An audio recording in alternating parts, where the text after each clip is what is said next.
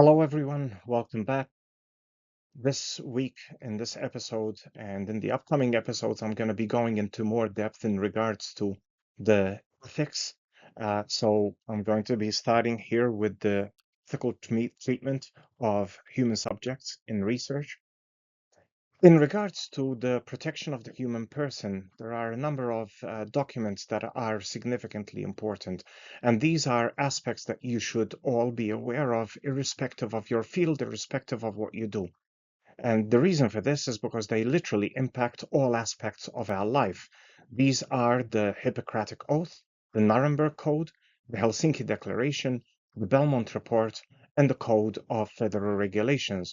I will be addressing these individually.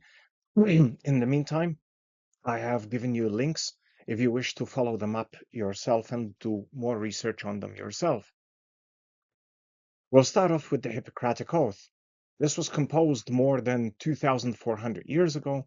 There's been some discussion as to the exact origins of this document.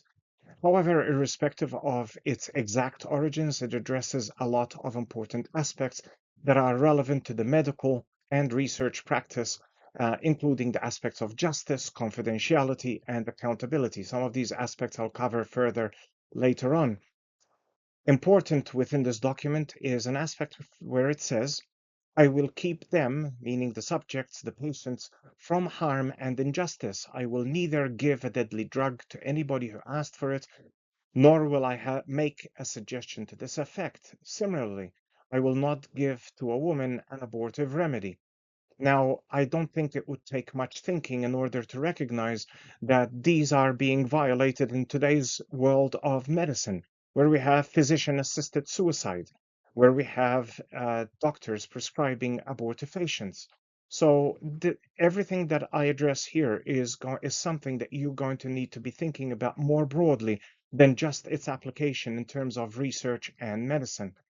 On the other hand, I want to direct you to an organization that looks at continuing this legacy of respect towards and the respectful treatment of the human person in medicine. And this is the Alliance for Hippocratic Medicine. I give the website for that organization on the slide. Going on to the Nuremberg Code. On the left-hand side, you see two images of two of the major movers in this regard in the Nazi regime. These are Josef Mengele and Karl Brandt. Karl Brandt is well known because the United States versus Brandt is the document, the legal document that describes all of the experimentation that was conducted and also from which ultimately the Nuremberg Code came. So these experiments that the Nazis conducted were experiments that dealt with the survival of military personnel, drug testing and treatments, and the advancing of the Nazi racial and ideological goals. Experiments included testing the effects of and treatments for high altitude conditions, freezing, malaria, poison gas, sulfanilamide, bone, muscle, and nerve regeneration, bone transplantation, salt water consumption, epidemic jaundice, sterilization, typhus, poison, and incendiary bombs. So you can see the extent of experimentation that took place here, and let me just remind you that these took place on other humans. In fact, the Nazi regime was very well known for its preference to its low esteem to human dignity. In fact, in the book by William Shirer, Volume 1, called The Rise and Fall of the Third Reich, Hitler is quoted as saying, it is certain that the first culture of humanity was based less on the tamed animal than on the use of lower human beings. To this effect, the Nazi regime passed a number of laws where it was illegal. You could even be sent to a concentration camp if you were caught conducting experiments on animals, and yet there was no limit to what could be done to humans. As Seidelman, in that paper that I quote there, says, a tragic irony of the satanic values of the Nazi regime is the fact that one of the few animal species on which the experiments were legally permitted was man. Concomitant with the Nazi program to dehumanize Jews, the Hitler regime enacted legislation protecting other animals. Now, I just want to emphasize that these are not issues that were restricted to the Nazi regime. We are living in a world that is currently conducting similar experiments.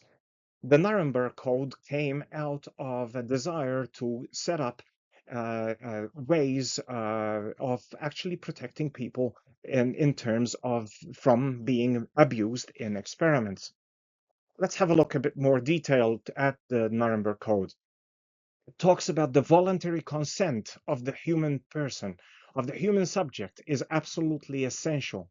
As I read through these, I really want every listener to be thinking of how if you look around, you see all of these aspects being violated. The experiment should be such that to yield fruitful results, unprocurable by other methods or means of study. The experiment should be so designed based on the results of animal experimentation and the knowledge of the natural history of the disease or other problems under study. So basically, don't give up on common sense. Also, look around you and study history. The experiment should be conducted to avoid all unnecessary physical and mental suffering and injury. No experiment should be conducted where there is a priori reason to believe that death or disabling injury will occur. Then the other aspect, you can read through all of these in your own time, but other point I want to emphasize, and all of the bolded aspects are my emphasis. Human subjects should be at liberty to bring the experiment to an end if he has reached the physical and mental state where continuation of the experiment seems to him to be impossible. I want to emphasize also the importance of being knowledgeable in regards to these codes. Knowledge of this history and these codes is important and an aspect that every person should be aware of, as this information pertains to medicine, science, politics, basically our daily life. And experiments are being conducted that are contrary to these standards, that are unethical. I want to emphasize they are currently being conducted, and yet people are not being held accountable. It is the obligation of every rational human being to be aware of these rights. Unalienable rights endowed by the Creator, as the Declaration of Independence of the United States says, that to defend these rights. Abuses that violate the Nuremberg Code and these other codes and that I address here include in relation to contraceptives and their broad consequences even on behavior, abortion, how it kills a living autonomous being and harms the mother, the COVID shots and the significant cardiac, psychological, neurological, immunological consequences, the so-called gender-affirming treatments and the mutilation they cause physically and psychologically in so many aspects that most people take for granted, or think that as long as the authorities say it's okay, it's okay. It doesn't work that way. The reality is that is not the case. Never give up your autonomy. And that is a term that we will address later on. There are moves, many moves, and you see this in the scientific literature to try and discredit the Nuremberg Code. Sadly, there are even what I would call conspiracy theories for the reason that these theories, these comments, or these, well, they are theories, seek to say that the reason why the Nuremberg Code was created was because there was some agenda by some group or maybe a financial interest that pushed animal research. Yet the reality is we are not short of documents addressing the ethical treatment of animals. In that regard, there are the guide and care of use of lab animals and the guidelines for the care and use of mammals in neuroscience and behavioral research. I'll address these later on.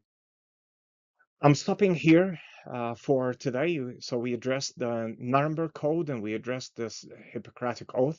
I just would like to mention that the research that I am conducting in my lab is solely supported by small private donations. For more information on the research conducted in my lab and ways to support it, please visit the lab website, and the details of that you'd see on the slide. So until next time, take care and God bless.